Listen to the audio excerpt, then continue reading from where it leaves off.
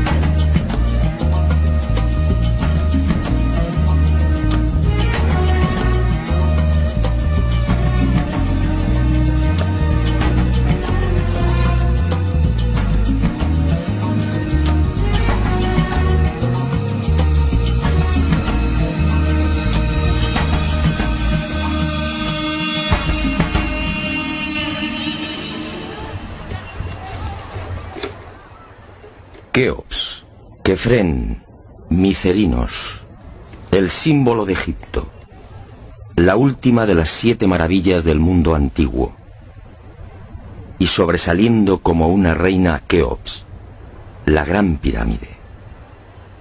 Una construcción incomprensible, un desafío a la razón, una obra que provoca vértigo. ¿Quién la levantó y sobre todo cómo? Keops reúne 3 millones de bloques de piedra caliza y granítica. Bloques que oscilan entre 2 y 40 toneladas de peso. Bloques tallados con tal precisión que no permiten el paso de una hoja de papel. Un monumento cuyo revestimiento original, hoy casi desaparecido, estaba formado por losas de caliza pulida de hasta 16 toneladas. Y a su lado, otro coloso, Kefren, casi 1.700.000 metros cúbicos de piedra. Bloques idénticos a los de Keops, con un revestimiento original de caliza pulida y granito rojo de Asuán. En su base cabrían 7 campos de fútbol. Por último, Micerinos, la más modesta pero igualmente soberbia y desconcertante. Su altura equivale a un edificio de 20 plantas. Hoy la tecnología tendría graves dificultades para alzar y depositar esos bloques de piedra.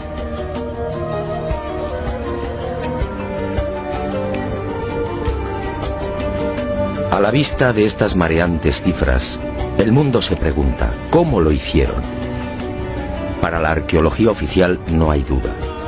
Las pirámides de Giza fueron obra de los faraones y se levantaron hace 4.600 años. Los bloques fueron trasladados desde las vecinas canteras de Tura y Mohatan, a escasos kilómetros del Cairo, y encajados en los respectivos monumentos mediante el uso de gigantescas rampas. Rampas, dice la arqueología, por las que miles de obreros empujaban los bloques con el auxilio de rodillos de madera.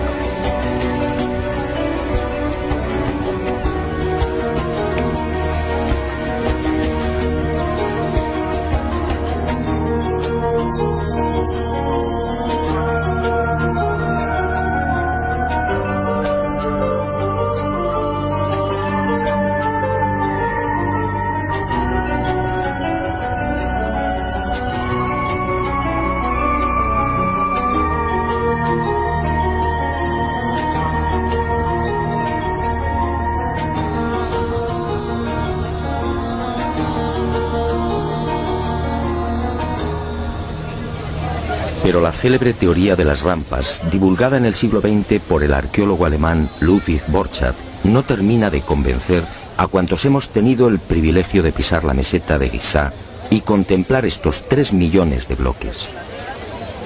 Y son dos las razones que ponen en entredicho la versión oficial.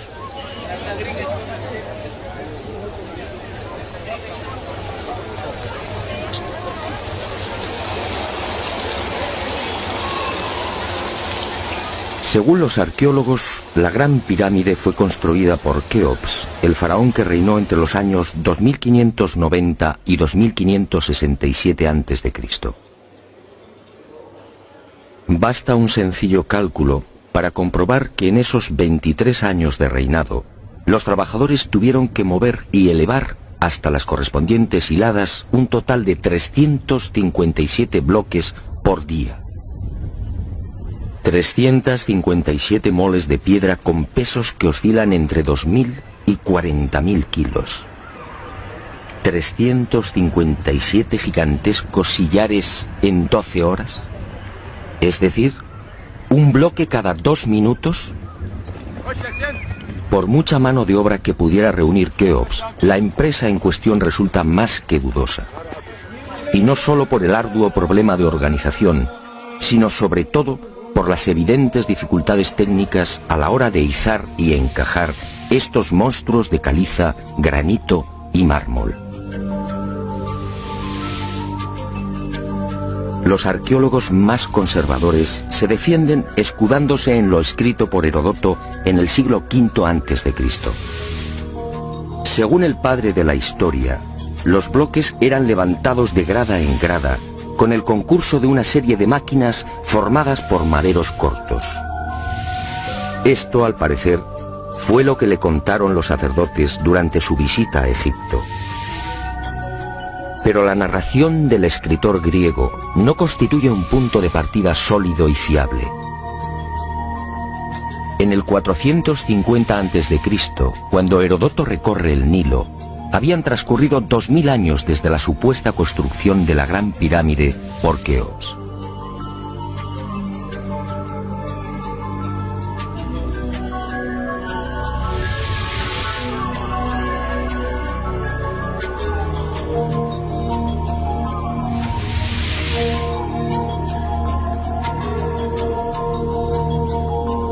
Heródoto no menciona las rampas, ni se atreve tampoco con el espinoso problema de los 357 bloques por día. Heródoto cuenta lo que le contaron. ¿Es esto una prueba científica para determinar cómo y cuándo se levantó la Gran Pirámide?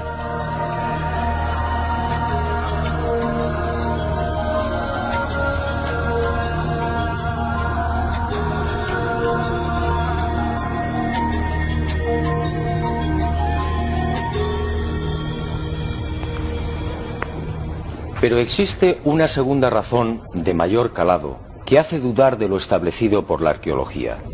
Hace 4600 años, cuando los arqueólogos fijan la construcción de la Gran Pirámide, el valle del Nilo justamente despertaba al periodo neolítico.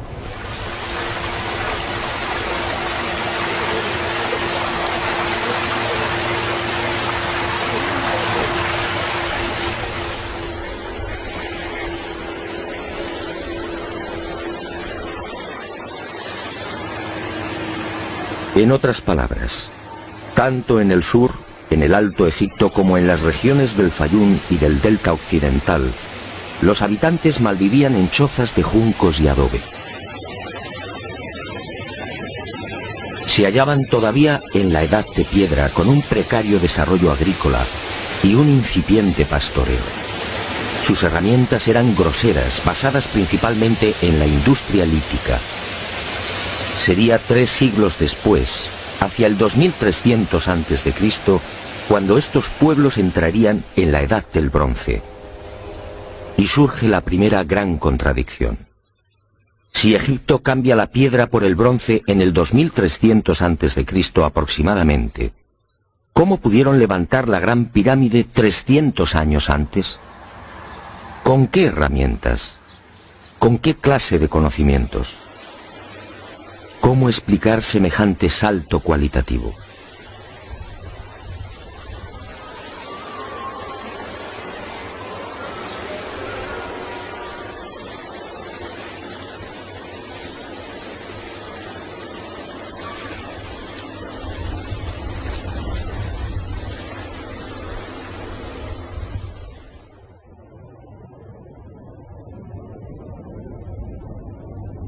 Nadie en su sano juicio y con un mínimo de información puede aceptar que esta maravilla arquitectónica fuera obra de unas gentes primitivas que ni siquiera conocían la escritura.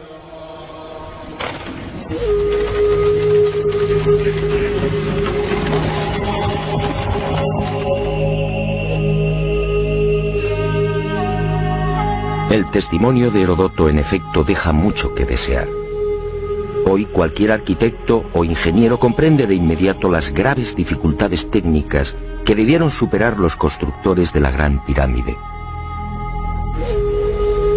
Las cámaras, galerías y los mal llamados conductos de ventilación exigen unos profundos conocimientos matemáticos y arquitectónicos.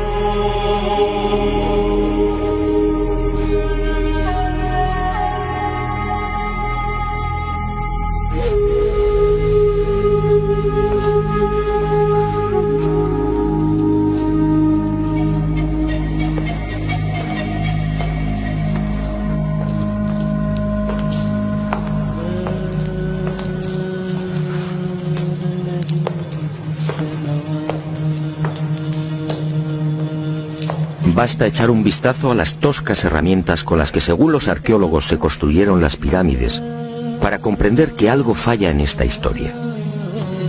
Unas herramientas, además, que no existían hace 4600 años. Es que estos mazos, niveles, bolas de dolerita, escuadras, trineos de madera y regletas sirvieron para establecer las asombrosas proporciones de la Gran Pirámide. ¿Cómo explicar, por ejemplo, que la desviación de la orientación norte-sur de sus caras no supere los 3 minutos 20 segundos hacia el oeste?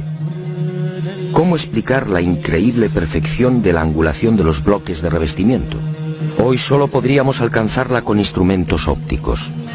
¿Cómo entender que hace 4600 años aquellos pueblos neolíticos dispusieran ya de una medida tan perfecta como el codo? Como es sabido, solo en la era espacial se ha podido comprobar que el metro estaba mal medido.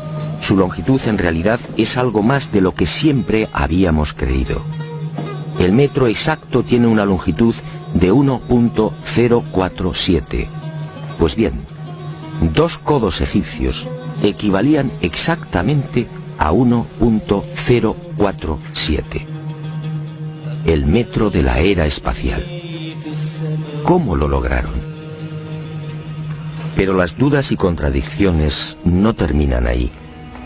Hasta el día de hoy nadie ha logrado explicar satisfactoriamente el sistema de iluminación utilizado a la hora de construir las pirámides. Las tradicionales antorchas no sirven. No hay restos de hollín en techos o paredes. En cuanto a la fórmula de los espejos, reflejando la luz solar hasta lo más profundo, tampoco resiste un análisis medianamente serio. El movimiento del Sol obligaría a los constructores a una penosa labor de permanente rectificación. Esa luz sería útil como mucho para las salas y galerías más próximas a la entrada.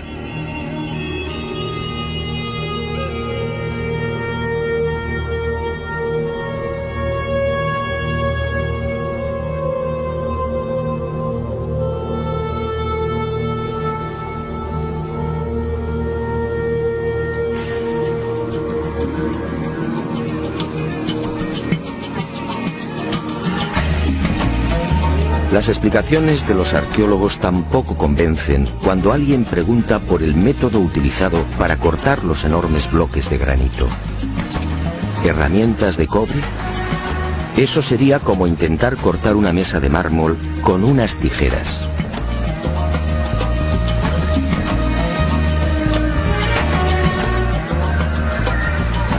Y otro tanto sucede con el asombroso y enigmático pulido de los vasos de diorita y granito.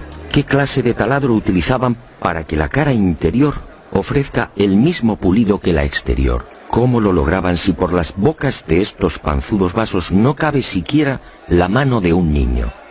Y otro detalle estremecedor. Al examinar el pulido de estos vasos y platos, los expertos han comprobado que a cada vuelta la presión ejercida era 500 veces mayor que la obtenida en la actualidad con los poderosos taladros de punta de diamante artificial. Y de nuevo la gran interrogante. Si muchos de estos vasos han sido fechados en el 2600 a.C., ¿quién los fabricó? ¿El hombre de la Edad de Piedra? Evidentemente no.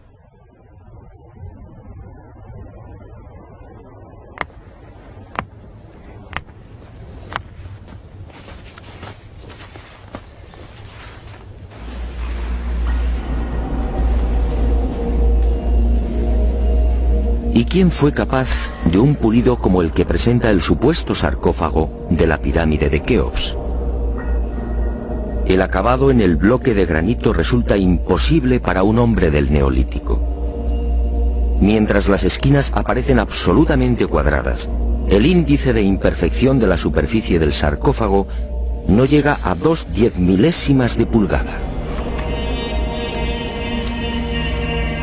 Es decir, la 10ª parte del espesor de un cabello humano.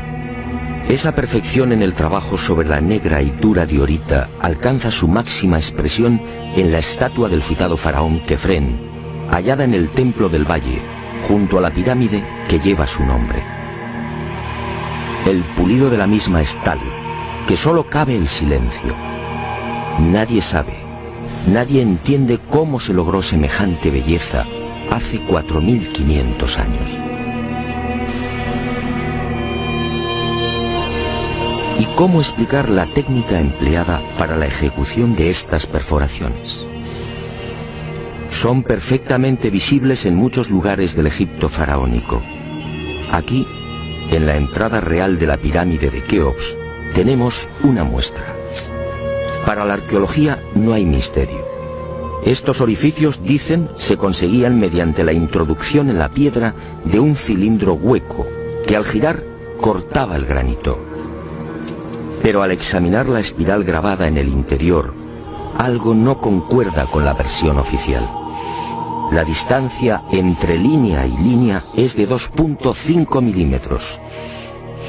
Nosotros en la actualidad, utilizando taladros con punta de diamante artificial, solo podemos alcanzar 0.05 milímetros por vuelta.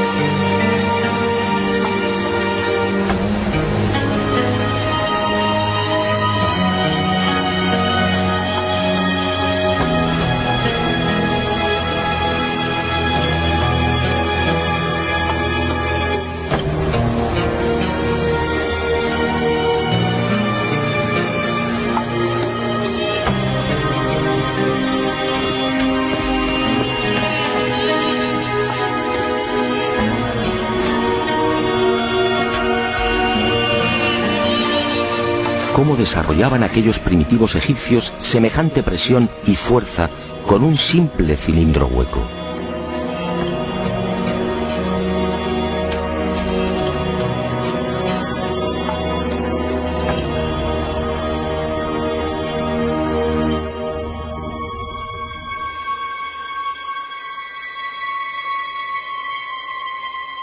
Y aunque algo posterior en el tiempo, también lo descubierto en la tumba de Tutankamón nos deja con la boca abierta.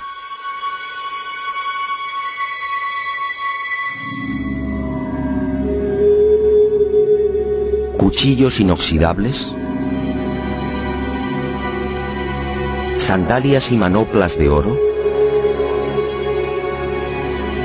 una cama ergonómica, una cama con la parte de los pies más elevada, favoreciendo así la circulación sanguínea. ¿Cómo es posible hace 3.333 años? ¿De quién lo aprendieron?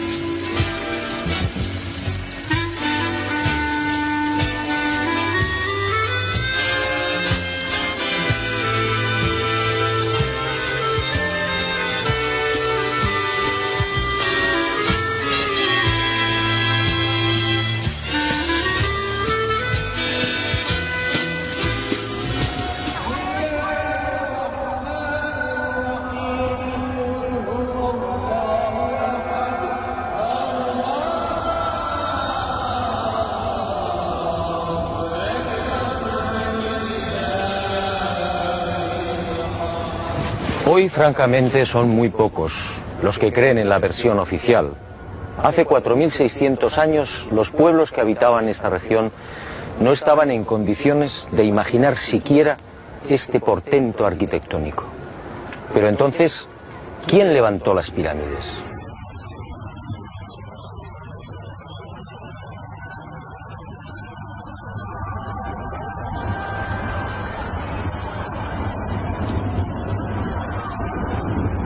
Una primera pista aparece en esta estela de piedra. Una estela depositada en la sala 42 del Museo del Cairo y que muy pocos turistas se detienen a contemplar. La arqueología la denomina la estela del inventario. Se trata casi con seguridad de una copia de otro texto mucho más antiguo.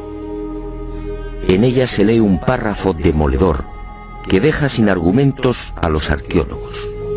Dice así: el faraón Keops fundó la casa de Isis, señora de la pirámide, detrás de la casa de la Esfinge. ¿Señora de la pirámide? ¿Quiere esto decir que la gran pirámide ya existía cuando Keops llegó al poder?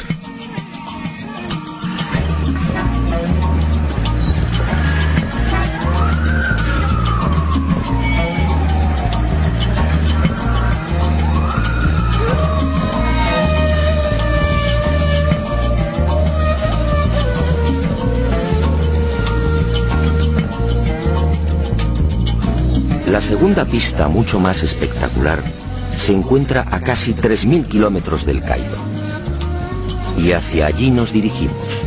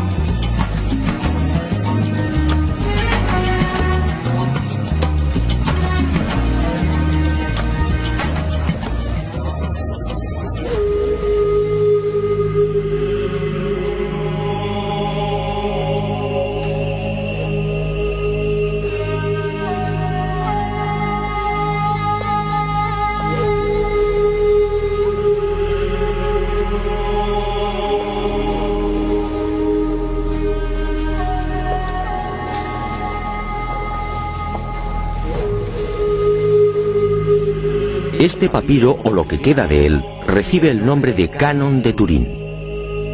Fue descubierto en 1822 por el viajero italiano Bernardino Drobetti en la antigua ciudad egipcia de Tebas. El propio Champollion lo tradujo, concediéndole una singular importancia. Pero la arqueología ha preferido ignorarlo. Y no es de extrañar a la vista de su contenido. Esta escritura hierática procede de la época del no menos célebre Ramsés II, entre los años 1290 y 1224 a.C. Para algunos, el faraón que persiguió a Moisés. En total 160 fragmentos correspondientes a 11 hojas escritas hace 3200 años y en las que se lee una extraña lista de reyes. Una lista de reyes egipcios imposible para la ciencia. Imposible, sí, porque de aceptar lo manifestado en este documento arqueológico, la cronología faraónica se vendría abajo. ¿Y qué dice este papiro de 1,70 metros de longitud? Sencillamente que en un lejano pasado, Egipto fue gobernado por unos seres mitad hombres, mitad dioses, que recibían el nombre de Sen-Suhor, los compañeros de Horus. La lista de estos misteriosos reyes sitúa el primer gobierno en el Valle del Nilo, no durante el faraón Menes hace 5000 años como afirma la arqueología, sino mucho más atrás en el tiempo, concretamente hace 11.000 años. Esta desconcertante y revolucionaria lista de reyes aparece ratificada en buena medida por otra historia igualmente despreciada por los arqueólogos. Me refiero a lo escrito por Manetón en el 240 a.C. Este sumo sacerdote recibió el encargo del faraón Ptolomeo II Filadelfo de escribir la historia de Egipto desde sus comienzos. Manetón tuvo acceso a la documentación depositada en el templo de On, en Heliópolis, y cumplió el trabajo. En los escasos fragmentos que se conservan de su obra, en especial en los recopilados por Eusebio, puede leerse algo insólito que, como decía, coincide en lo básico con lo relatado en el Canon de Turín. Según Manetón, antes de Menes, el primer faraón de la primera dinastía, Egipto fue gobernado por unos semidioses y también durante miles de años. El sumo sacerdote greco-egipcio no habla de los Sen-Suhor, pero la casualidad es más que sospechosa. ¿Quiénes eran los Sen-Suhor? ¿Por qué los califican de semidioses?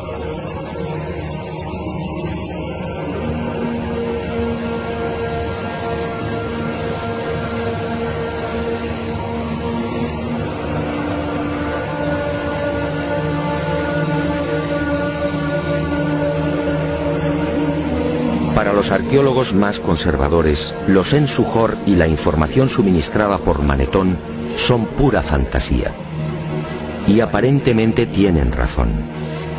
Si Egipto fue gobernado hace 11.000 años, ¿dónde están las pruebas y los vestigios arqueológicos que deberían delatar a esas culturas? ¿O están ahí? ¿No será que la arqueología no los quiere ver?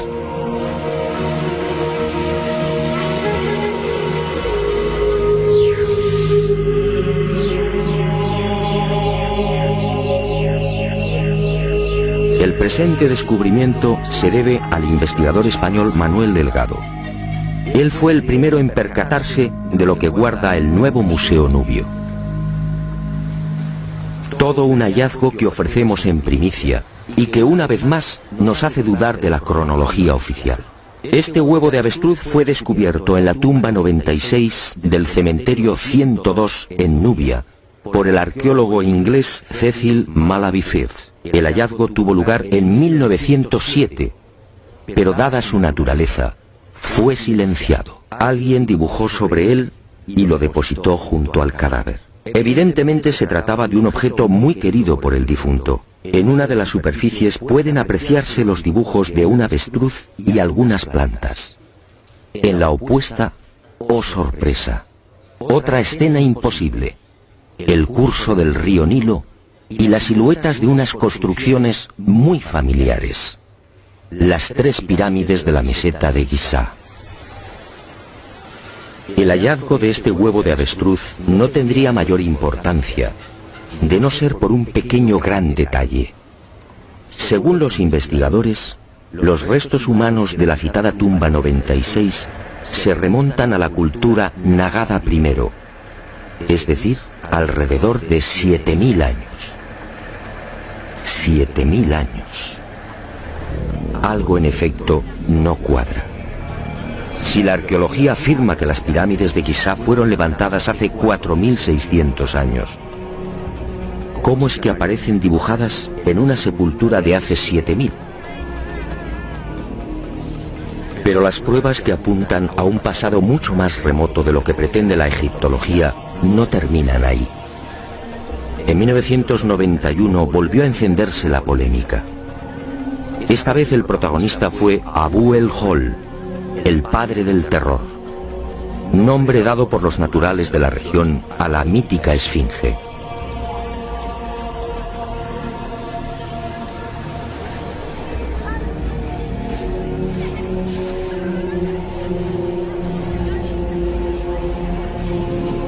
La esfinge, otro monumento emblemático de Egipto construido según la arqueología por el faraón Kefren hace 4500 años.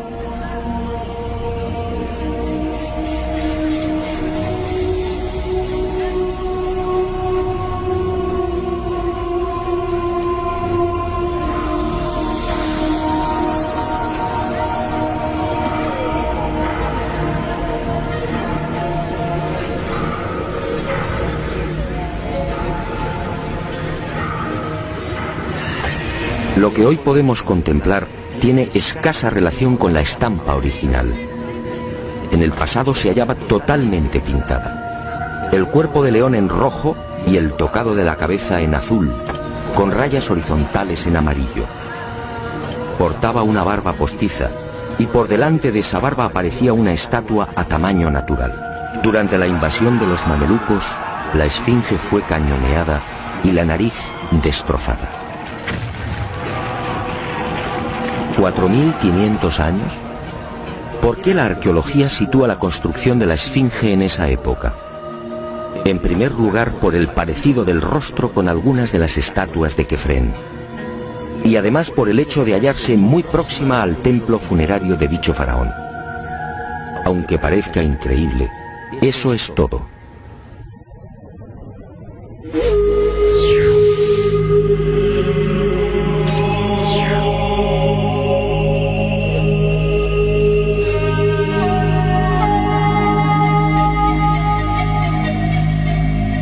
Y en 1991, como decía, los arqueólogos fueron arrinconados de nuevo contra las cuerdas.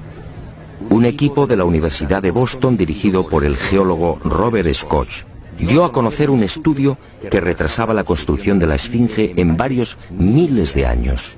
Mediante la utilización de ondas sonoras y micrófonos especiales, los geólogos norteamericanos exploraron las rocas que forman parte de la esfinge. El resultado fue asombroso. La zona delantera del monumento y parte de las paredes del foso que la rodea presentan una erosión de 2 metros de profundidad, provocada por las lluvias. En la época de Kefren, supuesto constructor de la esfinge, esta región era un desierto. La única explicación a esa erosión acuática hay que buscarla en un clima especialmente húmedo, entre el 5000 y el 7000 a.C.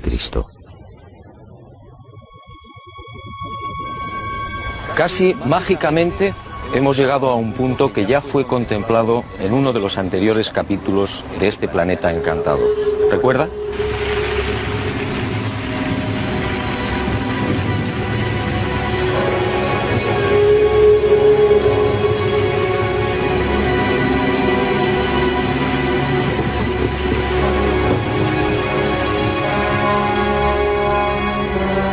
Al hablar del Gran Jardín, pudimos comprobar cómo todo el norte de África, hace unos 12.000 años aproximadamente, se vio sometido a un dramático cambio climático.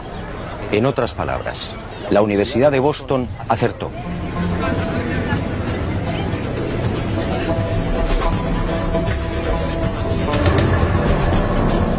Fue a partir de esa época, hace ahora unos 8000 años, cuando los monzones perdieron fuerza y el Sáhara entró en un lento pero progresivo proceso de desertización. Y fue justamente hace 4500 años, cuando la arqueología fija el momento de la construcción de la Esfinge, cuando estas tierras fueron definitivamente abandonadas por las lluvias. Quefren, por tanto, no pudo levantar la Esfinge. Como mucho, quizá la restauró. El padre del terror estaba aquí desde mucho antes. La huella de las torrenciales lluvias registradas en el llamado Gran Húmedo Holocénico es incuestionable. Y algo similar vino a suceder con el investigador Robert Bauval. 20 años antes, este ingeniero egipcio se atrevió a difundir una hipótesis que conmocionó a los seguidores y amantes del Egipto faraónico. Para Bauval, las pirámides de Giza no son construcciones aisladas. Las tres forman parte de un plan unificado minuciosamente diseñado. Y para irritación de los arqueólogos más conservadores, formuló una teoría que volvía a poner en tela de juicio la ya desacreditada cronología oficial.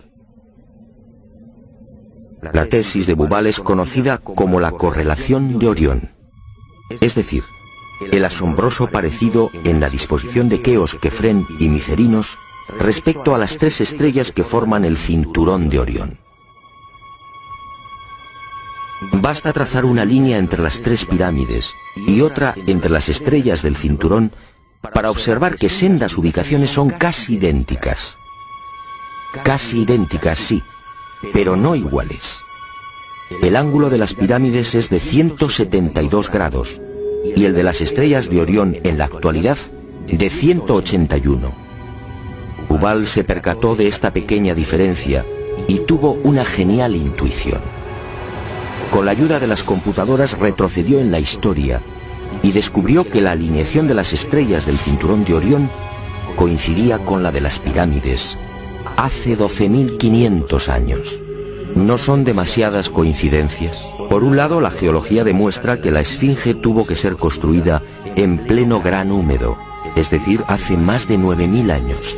Por otro, el papiro de Turín y Manetón aseguran que unos semidioses gobernaron el valle del Nilo hace 11.000 o 12.000 años. Quizá más. También el huevo de avestruz hallado en la tumba 96 en Nubia nos dice que las pirámides existían ya hace 7.000 años.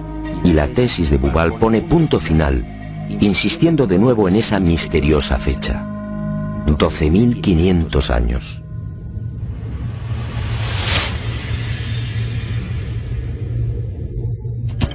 Si tres indicios constituyen una prueba, ¿qué podemos pensar cuando al menos se contabilizan 5?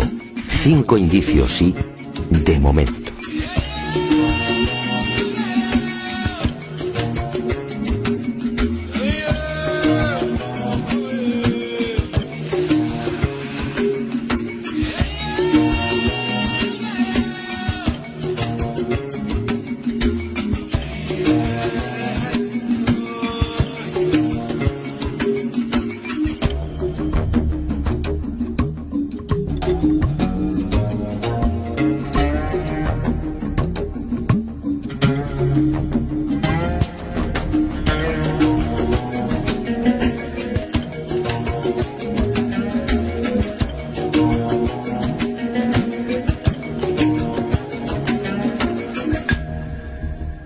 No, las pruebas que contradicen la versión de la arqueología oficial no han concluido.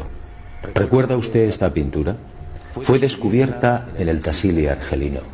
Según los arqueólogos, tiene una antigüedad aproximada de 5.500 años, probablemente mucho más. Se trata, en mi opinión, de un carro egipcio. Pero ¿cómo es posible? ¿Un carro egipcio a 2.500 kilómetros del Nilo?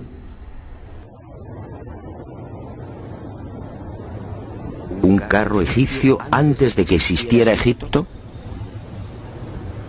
Si la arqueología dice que el primer faraón de la primera dinastía empezó a reinar 4.920 años antes del presente, ¿cómo explicamos esta pintura, datada mucho antes? No fue la única. En mis investigaciones por el Sáhara pude descubrir cientos de ellas. En 1982, una síntesis de los trabajos de Henry Lott sacaba a la luz un total de 600 carros pintados o grabados. A estos hay que sumar otros 400, distribuidos por Mauritania, Marruecos, Argelia, Libia, Mali y Níger. Más de 1000 carros pintados o grabados a 2000, 3000 y 5000 kilómetros del Nilo. ¡Qué extraño! Carros y conductores típicamente egipcios. Perfiles, tocados y vestiduras son elocuentes. Carros y personajes egipcios en el corazón del Sáhara. Cuando interrogué a los arqueólogos, la mayoría se encogió de hombros. A decir verdad, estas pinturas no son cómodas. Algunas han sido fechadas en una época en la que, según la arqueología, carros y caballos no habían hecho acto de presencia en Egipto. Otras, como las del Tassili o el Fesán libio, son mucho más escandalosas. Los análisis de las sustancias orgánicas contenidas en los pigmentos han sido desconcertantes. 6000, 8000 y hasta 9000 años de antigüedad. ¿Carros y conductores egipcios hace 9000 años? Y casi sin querer, a la vista de estos documentos pictóricos, la memoria vuelve a poner en pie los hallazgos de la Universidad de Boston, el papiro de Turín, la historia narrada por Manetón, las pirámides pintadas en el huevo de avestruz o el descubrimiento de Bubal. Naturalmente, para la arqueología, estas pinturas y grabados no tienen sentido. El caballo y los carros, dicen, entraron en Egipto hacia el 1700 a.C. Y lo hicieron con la invasión de los Hicsos, un pueblo procedente de la Alta Siria que gobernó la mitad oriental del delta. Nuevo y grave error de la arqueología. El caballo y los carros, como demuestran estas pinturas y grabados, ya existían en el Sáhara mucho antes de la 13 dinastía. Otra cuestión es que no quieran reconocerlo. Y es comprensible. Si los egipcios y su cultura proceden del Sáhara, ¿en qué queda la supuesta hegemonía del Egipto faraónico?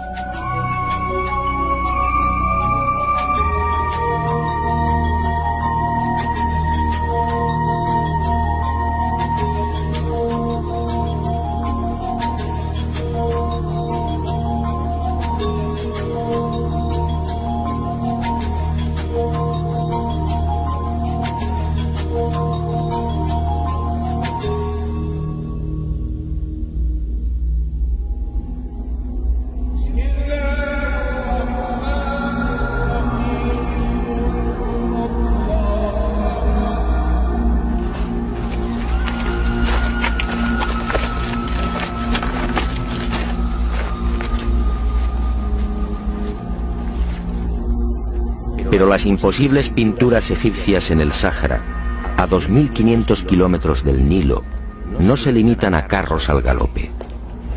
Otras, para desconcierto e irritación de la arqueología, presentan escenas muy diferentes. Ofrendas. Personajes adornados con el ubeus, la serpiente sagrada sobre las cabezas. Barcas igualmente egipcias. Vestimentas similares a las que lucen faraones y sacerdotes. Individuos de perfil al más puro estilo egipcio. Pinturas todas ellas muy anteriores al Egipto faraónico.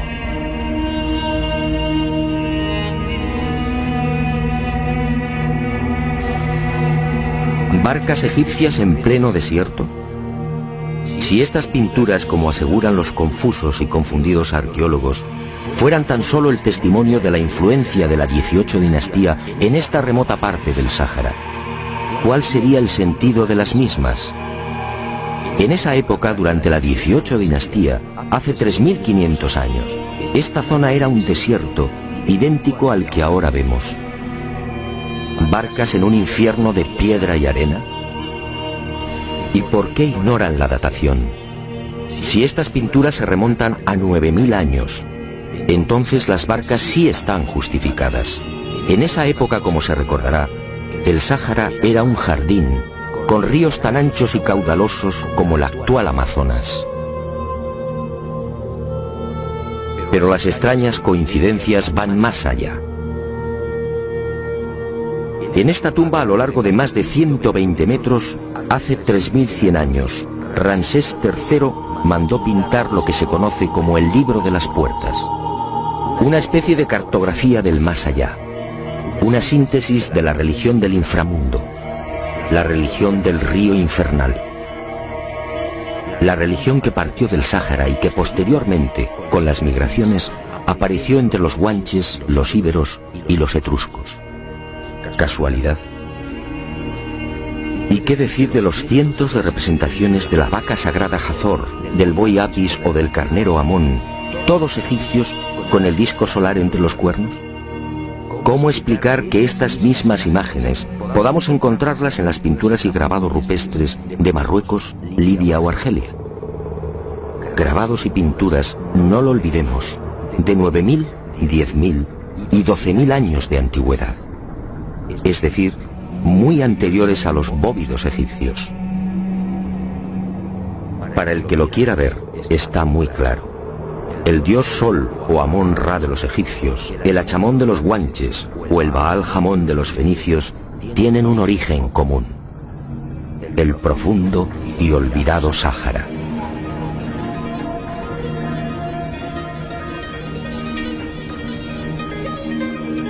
Puede que Herodoto y Diodoro de Sicilia tuvieran razón. Egipto, el Egipto faraónico, fue obra de los dioses. Ha llegado el momento de ser valiente. Para mí, hace 9.000 o 10.000 años, quizá más, alguien no humano descendió en el gran jardín, en el Sáhara Azul, y puso en marcha una gran cultura. Una civilización intuida en una lengua, una religión y unas costumbres comunes.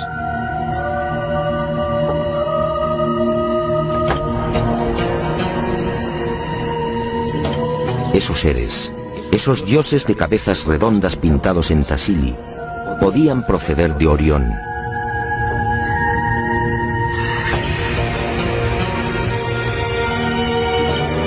Y ellos, o sus descendientes, levantaron estas magníficas e imposibles construcciones.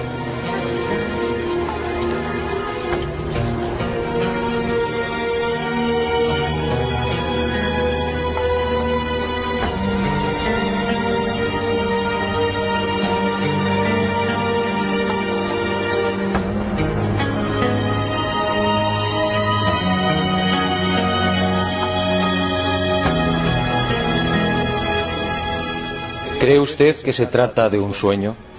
Schopenhauer decía que toda verdad, al nacer, es ridiculizada y perseguida.